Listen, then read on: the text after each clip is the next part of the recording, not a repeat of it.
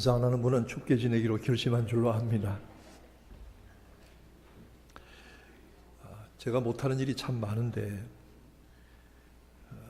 제가 골프도 잘 못 치고 춤도 잘 못 추고 그래서 수영도 잘 못하고 그래서 어떤 분이 목사님은 적어도 춤바람 날 걱정은 없습니다 그렇게 말하는 분도 있습니다만은 제가 못하는 것 중에 하나가 이게 설교 제목을 멋있게 뽑는 것을 못합니다. 어떤 목사님들은 참 설교는 그런데 설교 제목을 잘 만드시는 분들이 있는데 저는 이 설교 제목을 이렇게 잘 뽑지를 못해요. 그래서 매일 이렇게 내는 게 좀 촌스럽고 유치하고 구닥다리고 이게 뭡니까? 복된 말씀 그가 중보하시니 아주 이게 구닥다리 같은 설교 제목입니다. 그러나 여러분 뚝배기보다 장맛이 더 좋기를 바라는 것입니다. 오늘 말씀에 피차간의 은혜 되기를 바랍니다. 아멘. 사람은 사회적인 존재라고 하는 말이 있습니다. 이 말은 혼자서는 살아갈 수 없다는 것이죠. 사람 인자가 한자로 보면 둘이 서로 맞대어서 받쳐주고 있는 그런 모습입니다. 그게 사람입니다. 그 사람들은 항상 누군가하고 연결이 되어야 하고 서로 의지하고 도움을 주고 받아야 합니다. 아무리 나 혼자 세상과 떨어져서 살려고 하더라도 그것은 불가능한 일입니다. 어떻게 하든 사람들은 서로 짝을 짓고 패를 만들어서 어울리려고 합니다. 교회 안에서도 가만히 보면은 어떤 사람은 꼭 자기하고 비슷한 사람하고 만나는 걸 봐요. 그 모인 걸 보면 그런 나름대로 특징이 있어요. 어떻게 하든 함께 있으려고 하는 것 당연한 일이기도 합니다. 우리가 살아가면서 누구와 연결이 되려고 하는 것은 사랑의 정상적인 그 심리이기도 하겠죠. 그래서 오늘날 이 세대의 가장 중요한 개념 중에 하나는 네트워킹이라는 것입니다. 자꾸 연결해서 그물을 짜듯이 서로 얽히는 것을 말합니다. 인터넷이라고 하는 것도 결국은 이 네트워킹입니다. 서로 얽혀서 맞물려서 함께 삶이 그리고 사회와 인간 조직이 짜여지는 것을 뜻하는 것입니다. 집에서 나올 때 보통 4가지는 챙겨서 나와야 합니다. 첫째는 저는 꼭 안경을 챙겨서 나와야 합니다. 여러분 안경 없이 나와 다니는 것은 참 불편하기 때문입니다. 그래서 나올 때 제일 먼저 안경부터 찾죠. 그 다음에 주머니에 뭐가 있어야 합니까? 지갑이 들어있어야 합니다. 운전면허증과 또 카드나 몇 가지 필요한 것들이 있어야 합니다. 그리고 열쇠를 들고 나와야 합니다. 자동차 혹은 집에 키를 가지고 나와야 하는 것이죠. 그리고 맨 마지막에 손에서 절대로 놓치지 않고 꼭 붙들고 나오는 것이 하나 있습니다. 그게 뭡니까? 스마트폰 전화죠. 저도 그럴 때가 있습니다만 앉아서 얘기하다가도 항상 들여다봅니다. 뭐 온 거 없나? 누가 뭐 보낸 거 없나? 보내기도 하고 받기도 하고 카톡 메시지도 열심히 주고받습니다. 이게 다 뭐냐 하면 그 네트워킹입니다. 제가 그 전에 신학교를 졸업하고 모시던 학장님은 사무실에 들어오실 때마다 저한테 무슨 편지 온 거 없느냐 물으십니다. 제가 오늘은 편지 온 게 아무것도 없는데요. 그러면 한숨을 푹 쉬시면서 세상이 나를 버렸구나. 물론 농담으로 하시는 말씀이죠. 그처럼 우리는 세상과 다른 사람과 연결되어 있기를 원하고 내 편이 있어주기를 원하고 나와 함께할 사람이 있어주기를 원하는 것입니다. 그런데 신자에게도 우리가 신앙생활 하면서도 나와 함께 있어주고 내 편이 되어줄 분이 계십니다. 바로 우리 하나님이신 것을 믿으시기를 축원합니다. 중한 수술을 받거나 아니면 먼 길을 알지 못하고 떠나거나 또는 인생에 어려운 문제가 부딪혔거나 가끔 목회자에게 와서 기도해달라고 부탁할 때 저는 그분에게 이 말씀과 함께 꼭 기도합니다. 이사야서 41장 10절의 말씀. 두려워 말라, 내가 너와 함께 함이니라. 놀라지 말라, 나는 내 하나님이 됨이니라. 내가 너를 굳세게 하리라. 참으로 너를 도와주리라. 참으로 의로운 나의 오른손으로 너를 붙들리라. 이렇게 기도하면요, 웬만한 분들은 눈물을 쭉 흘립니다. 웬만하지 않은 사람은 절대로 안 옵니다. 그런데 이분을 위해서 이 말씀을 가지고 기도하는 나도 마음속에 뜨거움과 하나님의 은혜에 대한 확신이 생깁니다. 이렇게 좋은 말씀이 어디 있습니까? 여러분, 우리에게 하나님이 주신 가장 좋은 약속은 바로 임마누엘의 약속입니다. 내가 세상 끝날까지, 세상이 뒤집어지는 그날까지 내가 너와 함께 하겠다. 이렇게 좋은 약속이 어디 있습니까? 하나님이 우리 편이시기 때문입니다. 이 임마누엘의 약속을 지키려고 우리에게 한 분 아들 그리스도를 희생 제물로 보내주시기까지 하셨습니다. 이 약속은 그리스도가 떠나신 후에는 성령께서 우리와 함께 하셔서 지키십니다. 성령이 우리에게 임마누엘의 약속을 지키시기 위해서 우리 가운데 내 곁에 항상 계신 것을, 내 안에 항상 계신 것을 믿으시기를 축원합니다. 그리스도께서 우리를 위해서 하시는 일은, 지금도 하시는 일은 하나님과 우리 사이에서 중보하시는 일입니다. 중보라고 하는 것은 두 편 사이 가운데 서서 양쪽을 연결하고 소통해 주는 것이 중보입니다. 마틴 루터는 모든 믿는 성도들은 제사장의 직분을 가졌다고 했습니다. 이 말씀은 성도들이 나가서 세상과 하나님 사이에 서서 하나님의 말씀을 세상에 전하고 사람들을 하나님께로 인도하고 세상을 위해서 기도하는 이 책임을 다하는 한 제사장의 직분을 가졌다는 것입니다. 중보하는 것이죠. 구약시대는 대제사장이 하나님과 백성 사이에 서서 중보했습니다. 하나님의 뜻을 전했습니다. 백성들의 기도를 하나님께 올렸습니다. 중보하는 것입니다. 중보는 소통과 연결입니다. 영국의 어떤 화가가 유명한 그림을 그렸습니다. 한참 전투가 벌어집니다. 총알이 빗발처럼 날아가고 포탄이 사방에서 터지는 이 엄청난 전투 현장에서 통신선이 끊어졌습니다.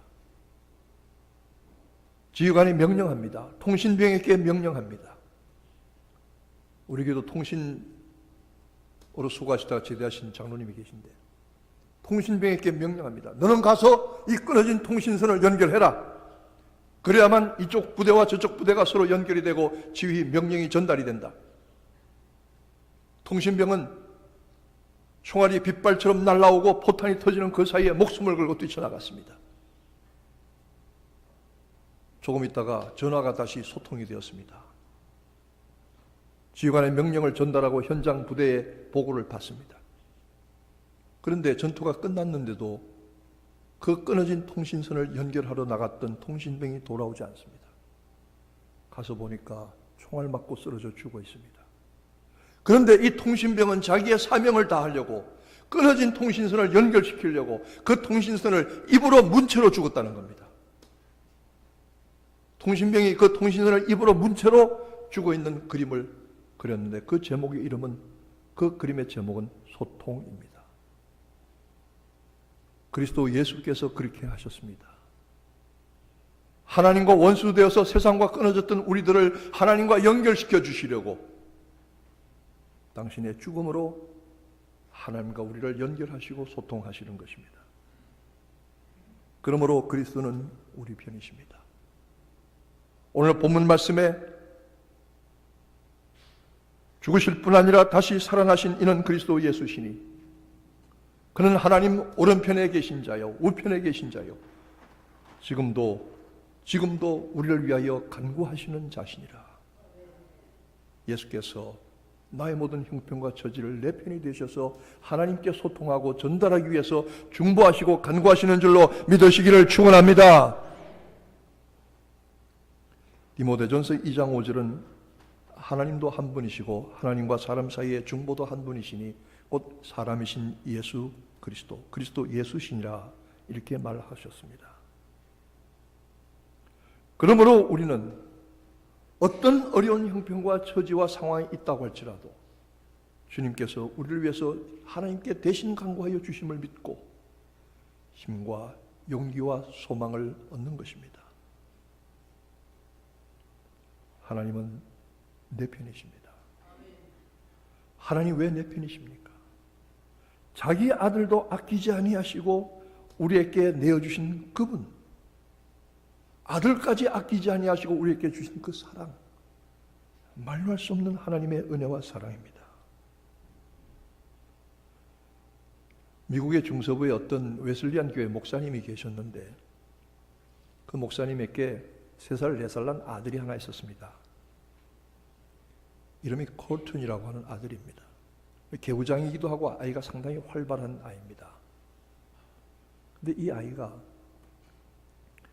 갑자기 몸이 아파서 쓰러져 병원에 데리고 갔는데 이 아이의 병명을 찾아내질 못해요.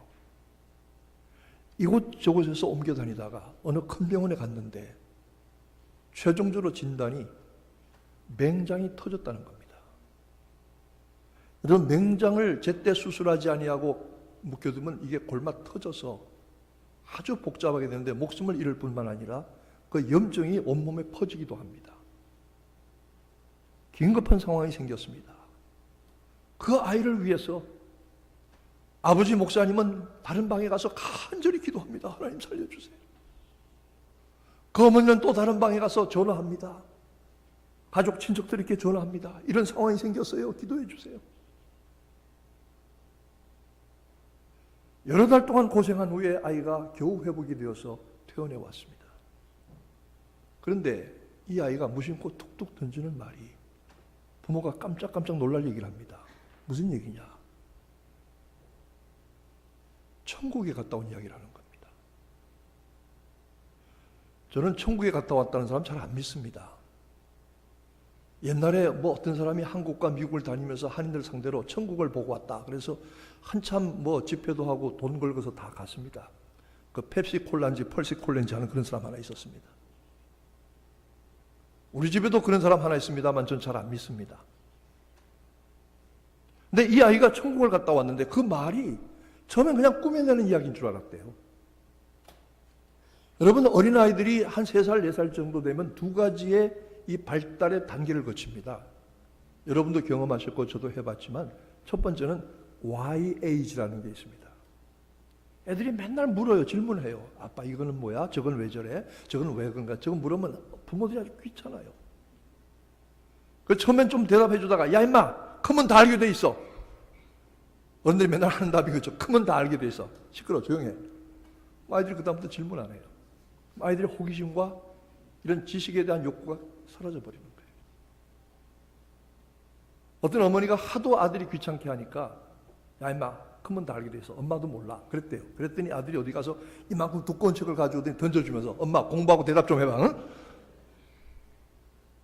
그런 때가 있고 또 한 가지는 그 픽션 에이지라는 게 있습니다. 이게 뭐냐면 아이들이 스토리를 만들어내는 거예요. 스토리 메이킹. 근데 스토리 만들어내는데 보면은 거짓말 아주 천연덕스럽게 해요.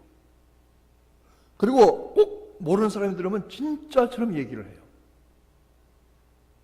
저희 아들놈이 어릴 때 그랬어요. 주일학교에서 유치부 선생님이 사이좋게 지내자 이런 말씀 설교를 하셨는데 여러분 사이좋게 지내야 됩니다. 싸우면 절대로 안 되죠. 싸우지 말고 사이좋게 지내세요. 그랬더니 아들 녀석이 손을 번쩍 들더니 한다는 소리가 선생님 싸우면 안 되죠. 아 그럼 그랬대. 우리 엄마 아빠가요 어제 오후 3시에 싸웠어요. 근데 돈 때문에 싸웠어요. 이러더래요. 아 그래서 그 선생님이 와서 저보고 제가 전도사 때인데 전도사님 아들 교육 좀 잘 시켜야 되겠습니다. 이러는 거예요. 근데 아무리 생각해도 그 어간에 싸운 적이 없어요. 돈 때문에 싸운 적이 없어요. 근데 이 녀석이 한 번은 어떻게 스토리텔링을 하냐면 어저께 오후에 3시에 무슨 길에서 아빠가 차를 몰고 가다가 사고가 났는데 얼마 있다가 경찰이 오고 저쪽 차는 뭐 쉐비 무슨 차고 그래서 사람이 다쳤는데 나중에 경찰이 보고서를 쓰고 뭐 보험회사에서 전화가 오고 누구한테 얘기하는데 이게 진짜 같아, 진짜 같아. 근데 보니까 그런 적이 없어요. 그래서 보통 어른들이 야 임마 거짓말 하지 마 야단치는데 이게 아니라 이 아이들이 자기의 상상력의 세계를 만들어 나가는 아주 중요한 그 발달의 단계라는 거예요. 이게.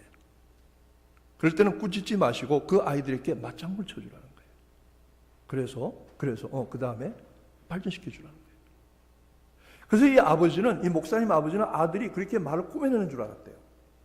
근데 결정적으로 이 아버지가 깨어진 게 뭐 깨어지냐면 자기가 천국에 가는 동안에 내려다보니까 아빠는 다른 방에서 기도하고 있고 엄마는 전화하고 있었어요. 한 번도 이 아이에게 그 얘기를 한 적이 없대요. 아빠가 다른 방에 가서 자기 아들을 위해서 기도하는 얘기를 해준 적이 없대요. 근데 이 아이는 보았다는 거예요. 그때 이 아이가 이 아버지가 깜짝 놀란 거예요.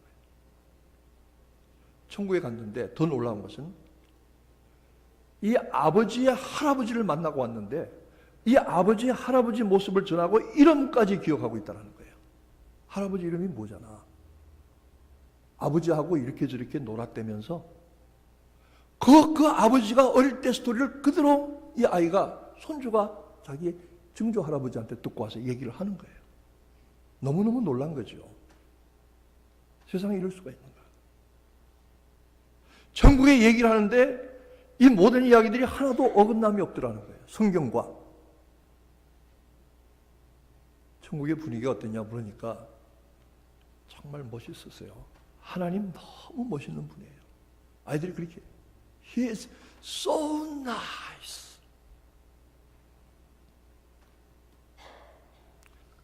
그 목사의 사모가 물었대요. 아들한테. 야, 하나님이 너희 아빠가 목회 잘한다고 그러시디? 그랬더니 그 손주가 뭐라고 대답하냐면 아들이 하나님이 아빠가 고등학교 학생 시절에 목사님이 되겠다고 작정을 했는데 그때 하나님이 얼마나 좋아하셨는지 모른대요. 하나님 너무너무 좋아하셨대요. 그래서 이 아이가 하는 말이 하나님이 우리를 얼마나 사랑하시는지 하나님의 사랑 말로 해서 하나님 정말 우리 너무너무 사랑하셔요. 하나님 사랑 너무해요. 하나님 너무 멋있어요. 그가 그러더라는 거예요. 저는 그 책에서 그 부분에서 마음에 참 감동이 왔습니다. 하나님이 우리를 사랑하신다. 하나님 나를 사랑하신다. 내가 부족하고 내가 어리석고 내가 혹은 잘못하는 것이 있고 내가 온전하지 못해도 하나님 나를 사랑하십니다. 왜? 내가 하나님의 자녀이기 때문입니다. 믿으시면 아멘 하시기 바랍니다. 누가 저보고 딸 바보라 그래요. 나 딸 바보 아니에요. 난 딸 천체예요. 우리 교회 바보들 많아요. 아들 바보도 있고 손주 바보들 여럿 있어요. 제가 누구라고 얘기 안 하지만 손주 바보들, 대책이 없는 손주 바보들이 있어요. 근데 하나님을 가만 생각해 보세요. 하나님은 바보 정도가 아니에요. 하나님은 천체 정도가 아니에요. 대단히 이런 말씀 붙여서 죄송하지만 하나님께는 하나님이 얼마나 우리를 사랑하시는지 하나님이 얼마나 우리 때문에 정신을 못 차리시는지 당신의 외아들도 죽기까지 내어버려 두셨다고요. 예수의 십자가의 죽으심이 하나님의 사랑의 최고의 표현인 것을 믿으시기를 축원합니다. 그 이상 다른 것이 뭐가 있습니까? 이 아이가 그 예수님을 만나봤니? 네, 그러더래요. 예수님 어떻게 하고 계시대? 그러니까 예수님이 하나님 옆에 계셔가지고요 자꾸 우리 얘기 하시더라고요. 우리 얘기. 이 말씀이 번뜩 생각이 났어요. 하나님 우편에서 우리를 위하여서 간구하시는 자신이라. 그래서 예수님이 어떻게 앉아 계시디? 그러니까 어느 쪽에 하나님 어느 편에 있디? 성경에 우편이라고 그랬거든. 오른편에. 그러니까 이 아이가 오른쪽 왼쪽을 잘 구분 못하니까 이러더라. 아빠 의자를 가져와서 아빠 여기 앉아보세요. 아빠가 앉았는데 조그만 의자를 자기 아빠가 앉은 오른편에 갖다 놓더니 거기 앉더니 예수님이 이렇게 앉아 계셨어요. 이 아이가 이 아버지가 완전히 넘어간 거예요. 저는 이런 말씀을 100% 무조건 신뢰하라고 말하고 싶지는 않아요. 그러나 이 아이가 천국을 보고 온 이전에 성경이 그렇게 말씀하셔요. 이 아이의 천국 간증은 이 성경의 보조적인 역할이에요. 여러분 그렇게 아셔야 돼요. 그게 먼저가 아니라 성경이 먼저예요. 그런데 성경과 틀림이 없어요. 여러분, 우리 주님께서 하나님 오른편에 앉으셔서 지금도 내 얘기를 하고 계신 줄로 믿으시기를 축원합니다. 이문경아, 네 신랑 최집사 때문에 고생이 많지? 내가 아버지께 얘기하고 있다. 하나님은 가장 좋은 방법 하실 거다.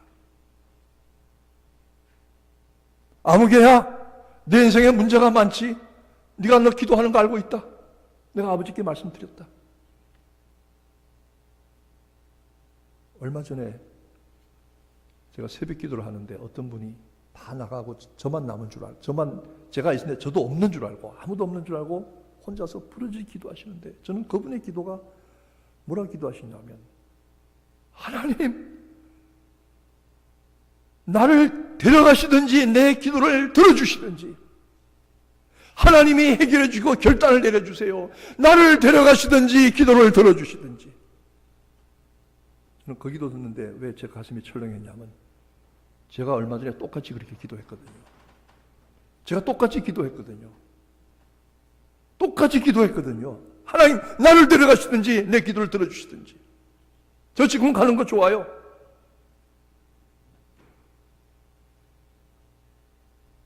왜 그렇게 기도했겠습니까? 하나님이 내 편이신 줄 믿었기 때문입니다. 하나님 내 기도를 들으시는 줄 믿기 때문입니다. 그래서 하나님께 그렇게 간구한 겁니다.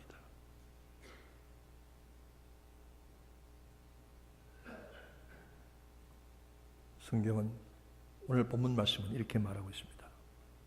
누가 능히 하나님의 택하신 자들을 송사하리요. 마귀는 계속 헐떴습니다. 우리의 약점을, 우리의 죄를, 우리의 허물을 틈타서 공격합니다. 우리로 하여금 비참한 심리에 들어가게 하고, 좌절하게 하고, 우울하게 하고, 포기하게 만듭니다. 뒤를 바라보게 하고 옛날 얘기만 합니다. 그러나 누가 하나님의 택하신 자들을 송사하리요. 여기서 택하셨다는 것은, 제가 영어 성경 읽어보니까 God's elect, 하나님이 뽑아 세우셨다. 사람 여럿 있는 데서 너 나와라, 너 나와라, 너 나와라, 너 나와라. 하나님께서 택한 백성들을 골라서 세워서 당신의 백성으로 삼았는데, 내가 그 부름을 받은 것입니다. 여러분이 그 부름을 받은 것입니다. 대통령 당선자가 영어로 뭐라고 표현합니까? President elect라고 말합니다. 대통령 당선자입니다.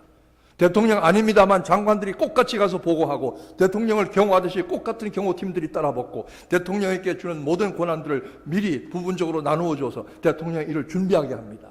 여러분, 프레지던트 일렉트입니다. 대통령과 거의 같은 직분입니다. 아직 대통령이 되진 않았지만 대통령과 같은 특권을 거의 누리고 있습니다. 여러분, 우리는 하늘 백성의, 천국 백성의 일렉트들입니다. 아직까지는 천국의 특권과 모든 영화를 누리고 있지 못하지만 약속된 줄로 믿으시기를 바랍니다. 하나님 우리를 일렉트 하셨어요. 택하셨어요. 우리 God's elect입니다.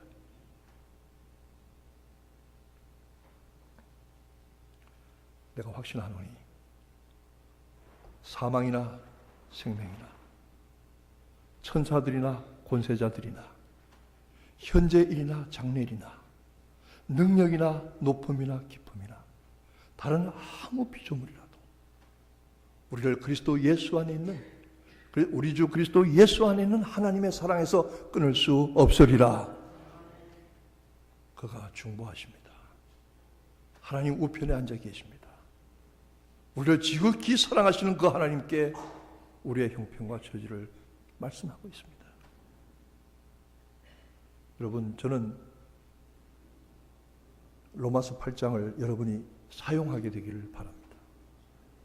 때때로 우리가 절망 가운데, 깊은 어둠 가운데, 해결할 수 없는 낙심 가운데, 고통과 괴로움 가운데, 무기력 가운데 빠져 있을 때에 여러분 골방에 들어가셔서 문을 걸어 잠그고 로마서 8장 전체를 몇 번만 큰 소리로 처음부터 또박또박 정신을 차려서 집중해서 자기에게 주는 말씀으로 읽어보시기 바랍니다. 그런즉 그리스도 예수 안에 있는 자에게는 결코 정죄함이 없나니 이는 그리스도 예수 안에 있는 생명의 성령의 법이 죄와 사망의 법에서 너희를 해방하였음이니라. 아멘. 내가 확신하노니 사망이나 생명이나 천사들이나 권세자들이나 현재일이나 장래일이나 능력이나 높음이나 기쁨이나 그 아무런 다른 어떤 피조물도 우리를 그리스도 예수 우리 주 안에 있는 하나님의 사랑에서 끊을 수 없으리라. 절대 소망으로 바뀌게 될 것입니다. 절대 믿음으로 바뀌게 될 것입니다. 이 약속을 받은 우리 성도들이 복이 있습니다. 예수께서 우리의 중보가 되시는 그 은혜를 마음껏 누리시기를 축원합니다.